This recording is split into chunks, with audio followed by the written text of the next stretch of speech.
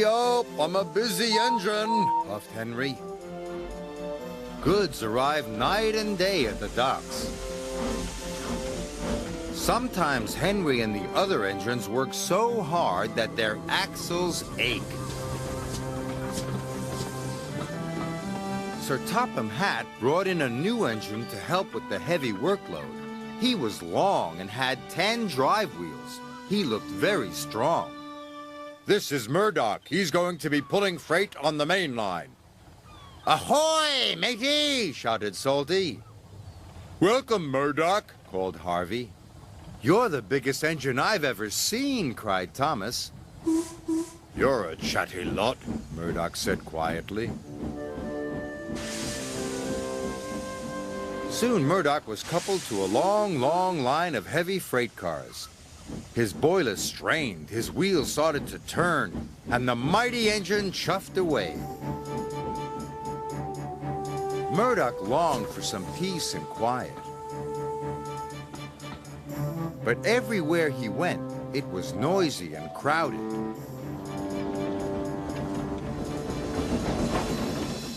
At the end of the day, Murdoch was looking forward to a good night's rest. But Salty and Harvey were full of questions. What's the longest train you've ever pulled? Have you ever worked Marseille? Have you ever crashed? Please, I want some peace and quiet, and I don't want to share a shed with chatterboxes. No need to be rude, puffed Harvey. Hey, we're only being friendly, matey. The next morning, Murdoch collected another long, heavy train.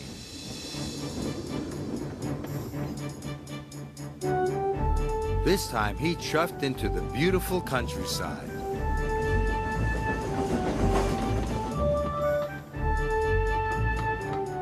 It was splendid. At last, he had some peace and quiet.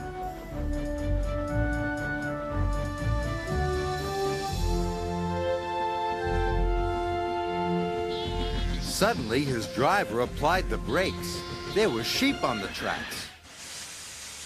The sheep escaped from that field, said the driver, through that broken fence. The driver and the fireman tried to chase the sheep back. First this way, and then that way. They tried everything, but nothing worked. We'll never remove these sheep by ourselves, complained the fireman. I'll go and phone for help, sighed the driver. Murdoch was very unhappy. The noisy sheep were spoiling his peace and quiet. Sir Topham Hatt was enjoying afternoon tea when he got the call. Sheep? He exclaimed loudly. I'll send Toby with the farmer immediately. The sheep were becoming noisier and noisier.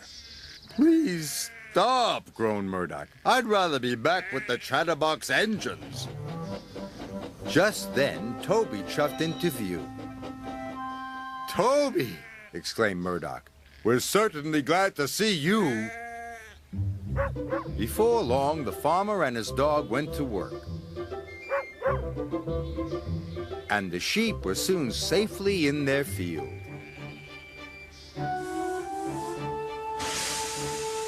And Murdoch was on his way again.